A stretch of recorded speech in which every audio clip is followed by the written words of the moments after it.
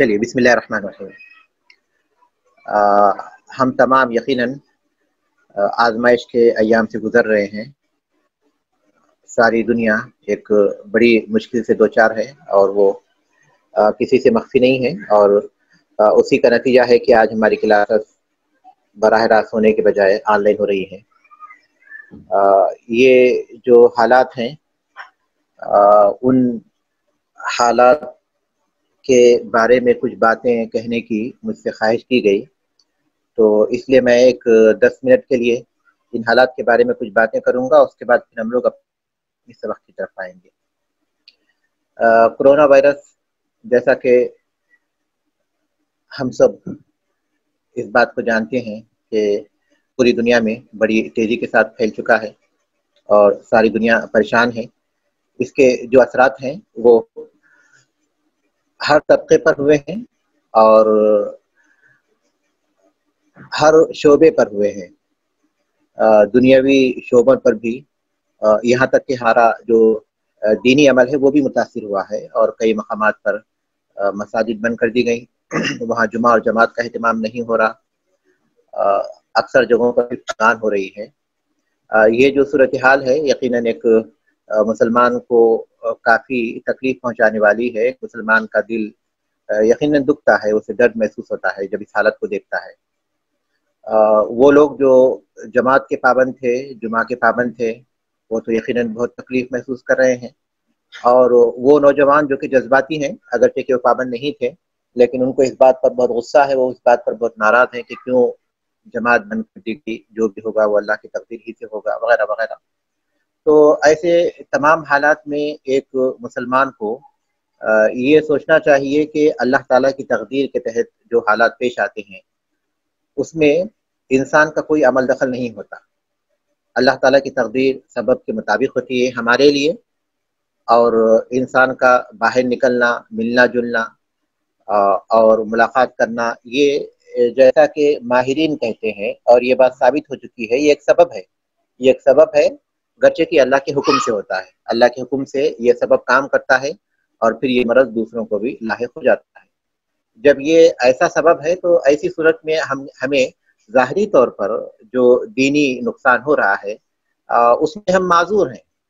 ہم معذور ہیں، اور جب معذور ہیں تو پھر ہمیں چاہیے کہ جہاں تک ہم معذور ہیں وہاں تک ہم رک جائیں، اور جس چیز میں ہم معذور نہیں ہیں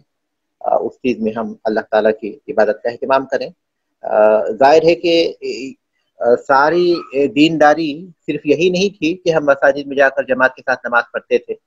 بلکہ دین تو ایک وسیع میدان ہے، جیسا کہ حدیث میں ہے کہ الایمان بضع وسبعون شعبہ فافضلها قول لا الہ الا اللہ وادناها اماطۃ الاذى عن الطریق والحیاء شعبۃ من الایمان، کہ ایمان کے 70 سے زیادہ شاخیں ہیں، ان میں سب سے پہلے توحید ہے، لا الہ الا اللہ، اور پھر سب سے ادنا درجہ جو ہے وہ راستے سے تکلیف دہ چیز دور کرنا ہے، اور حیا بھی ایمان کا ایک شعبہ ہے۔ اس میں 3 شعبے بیان کیے، سب سے بلند اور سب سے آخری اور درمیان میں ایک اہم شعبہ وہ ہے حیا۔ اس درمیان میں بہت سے شعبے ہیں، وہ شعبے بند نہیں ہوئے ہیں، اور نماز کا شعبہ بھی بند نہیں ہوا، صرف جماعت بند ہوئی، لیکن نماز کے ذریعے اللہ تعالیٰ کی عبادت کرنے کا جو میدان ہے وہ تو کھلا ہوا ہے، اس پر کسی کی روک نہیں لگی ہے۔ آدمی گھر میں جو ہے نمازوں کا اہتمام کر سکتا ہے، جیسا کہ اللہ کے رسول صلی اللہ علیہ وسلم دن اور رات میں 40 رکعتوں کا اہتمام کرتے تھے۔ ابن قیم رحمۃ اللہ علیہ اس بات کا ذکر کرتے ہیں۔ 17 رکعتیں جو فرائض ہیں وہ ہیں 5 وقت کے فرائض، اور 12 رکعتیں سنت موقدہ ہیں جو فرض کے ساتھ یا اس سے آگے یا پیچھے ہیں، فرض کے ساتھ ہیں، اور 8 رکعت تہجد ہے، اور پھر 3 رکعت وتر ہے۔ تو ان کے علاوہ آدمی تحیۃ الوضو پڑھ سکتا ہے، اور پھر صلاۃ الضحیٰ پڑھ سکتا ہے، اشراق کی نماز جس کو چاش بھی کہا جاتا ہے، اور پھر آدمی اللہ تعالیٰ کی عبادت اگر زیادہ سے زیادہ کرنا چاہتا ہے تو پھر یہ بات تو بہت وسیع ہے، یا ایھا الذین آمنوا استعینوا بالصبر والصلاۃ، نماز اور صبر ان 2 چیزوں کو خاص کیا گیا اللہ سے مدد حاصل کرنے کے لیے۔ آدمی جب اس کا دل چاہے اللہ کا قرب حاصل کرنا یا پھر ان مصیبتوں کو دور کرنا تو وہ نفل مطلق کی نیت کرے اور 2 رکعت کر کے جتنا چاہے پڑھے، سوائے ان اوقات کے جس میں نماز پڑھنا منع ہے، جو ہم پڑھ چکے ہیں، جن میں نماز پڑھنا منع ہے تو نفل مطلق اس میں نہ پڑھے۔ تو یہ باب تو ہمارے پاس کھلا ہوا ہے، یہ باب تو بند نہیں ہے۔ اور پھر مسلمانوں کا کتنا بڑا طبقہ ہے جو قرآن سے بہت دور ہے، نہ تو اس کی تلاوت سے ان کا کوئی تعلق ہے، نہ اس کا غور و فکر کرنے سے کوئی تعلق ہے، اور نہ ہی اس کو حفظ کرنے سے ان کا کوئی تعلق ہے۔ تو یہ باب تو بند نہیں ہوا۔ آدمی یہ قرآن مجید کی تلاوت کے ذریعے اللہ تعالیٰ کا قرب حاصل کر سکتا ہے، ذکر و اذکار کا باب کھلا ہوا ہے، اور پھر اپنے گھر میں اپنے تعلقات کو درست کرنے، اپنے اہل و عیال کے ساتھ اس کا جو وقت گزرتا ہے وہ بھی تو اللہ تعالیٰ کی عبادت بن سکتا ہے۔ اسی لیے اہل علم کہتے ہیں کہ جو غافل ہوتے ہیں، غافل لوگوں کی عبادات بھی عادات ہوتی ہیں، اور جو بیدار لوگ ہوتے ہیں ان کی عادتیں بھی عبادت ہوتی ہیں۔ غافل آدمی ظاہر ہے کہ نماز پڑھتا ہے تو اس کو ایک عادت ہے، عادت کے تحت پڑھتا ہے، اسے خیال نہیں ہوتا کہ وہ اللہ کی عبادت کرنے کے لیے جا رہا ہے، پھر اللہ کے حکم کے تحت جا رہا ہے۔ لیکن ایک بیدار آدمی باقاعدہ یہ سوچ کر جاتا ہے کہ اللہ کے حکم کے تحت ہے، تو ان دونوں میں بہت زیادہ فرق ہو جاتا ہے۔ اور پھر ایک آدمی کھانا اس لیے کھاتا ہے کہ اپنے آپ کو قوت پہنچائے، کھانا کھانا ہے، اسے خواہش ہے، اسے شوق ہے، کھانے کا وقت ہے، کھا رہا ہے۔ لیکن دوسرا آدمی یہ سوچ کر کھاتا ہے کہ اللہ تعالیٰ نے فرمایا کلو واشربو، کھاؤ اور پیو، تو اللہ کے حکم کی وہ یہ سوچتا ہے کہ اللہ تعالیٰ کے حکم کو پورا کر رہا ہے، تو اس کی عادت یہ عبادت بن گئی۔ ایک آدمی جمعہ کی تیاری کرتا ہے کیونکہ جمعہ کا دن ہے، لیکن دوسرا آدمی یہ سوچتا ہے کہ اللہ کے رسول صلی اللہ علیہ وسلم کی سنت ہے، اس لحاظ سے وہ تیاری کرتا ہے، تو اس کی عادت عبادت بن گئی۔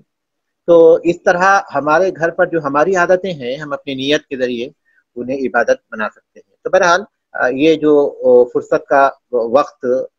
مجبوری میں ہم کو حاصل ہو گیا ہے، ہماری خواہش کے مطابق نہیں، اللہ تعالیٰ کی تقدیر کے تحت یہ حاصل ہو گیا ہے۔ اس کو ہم بہتر سے بہتر بنا سکتے ہیں،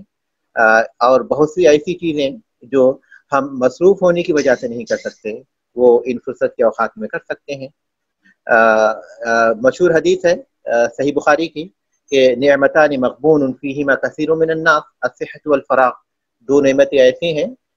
جن کی صحیح قدر نہ کرنے کی وجہ سے بہت سے لوگ نقصان میں ہوتے ہیں۔ ایک صحت ہے اور دوسری فراغت ہے۔ صحت مند آدمی بہت سے کام کرتا ہے دنیا کے بھی اور پھر اپنی آخرت درست کرنے کے بھی، لیکن ایک بیمار آدمی نہیں کر سکتا۔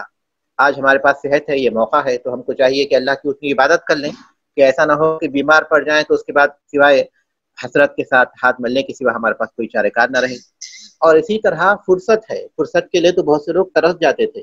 ان کے پاس وقت نہیں ہوتا تھا، اپنے گھر والوں سے بات کرنے، اپنے بچوں سے کے ساتھ مل بیٹھنے کا بھی ان کے پاس وقت نہیں ہوتا تھا، کیونکہ ان کے سارے اوقات کمائی کے لیے صرف ہو جاتے تھے۔ لیکن یہ موقع ہے، اور اس موقع کو وہ اس کے لیے استعمال کر سکتے ہیں۔ ہمارے جو اسلاف ہیں وہ تو فرصت کے لیے تڑپتے تھے، ترستے تھے۔ مجھے یاد ہے شیخ الاسلام رحمۃ اللہ علیہ اس بات کا ذکر کرتے ہیں کہ میرے دشمن میرے ساتھ کیا کر سکتے ہیں،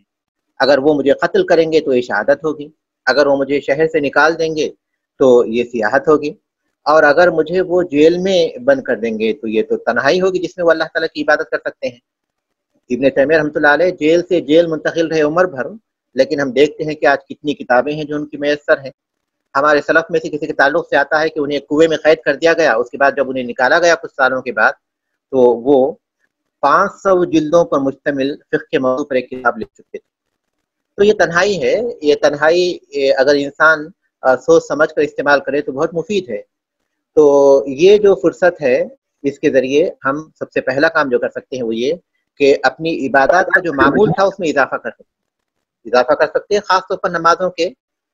بارے میں نمازوں کا اضافہ ہم کر سکتے ہیں، کثرت سے نمازوں کا اہتمام کر سکتے ہیں۔ اور دوسرا یہ کہ یہ جو فرصت ہے اس کے اعتبار سے ہم قرآن مجید سے اپنے تعلق کو مضبوط کر سکتے ہیں۔ ہمارے جو سلف گزرے ہیں ان کے تعلق سے آتا ہے کہ اس میں سب سے معمولی ایمان کے اعتبار سے یا دین کے اعتبار سے جو سب سے معمولی شخص ہوتا تھا وہ قرآن کم سے کم مہینے میں ایک دفعہ ختم کر لیتا تھا، ورنہ عام طور پر تو لوگ 7 دن میں، 3 دن میں، 10 دن میں قرآن ختم کرتے تھے، یہی معمول تھا۔ لیکن جو سب سے کم درجے کا شخص تھا دین و ایمان کے اعتبار سے وہ 1 مہینے میں ختم کرتا تھا۔ آج اگر اس معیار پر ہم جانچیں گے تو پتہ نہیں ہمارا معیار کیا ہوگا، بلکہ ہم یہ سمجھ سکتے ہیں کہ کئی لوگ ایسے ہیں جن کا ایمان تو آج وینٹیلیٹر پر ہے،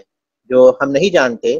کہ وہ دوبارہ زندہ بھی ہوگا یا نہیں ہوگا، لیکن اسے زندہ کرنے کے اسباب ہم کو بتائے گئے ہیں۔ قرآن مجید اس کا سب سے اچھا ذریعہ ہے، کیونکہ جیسے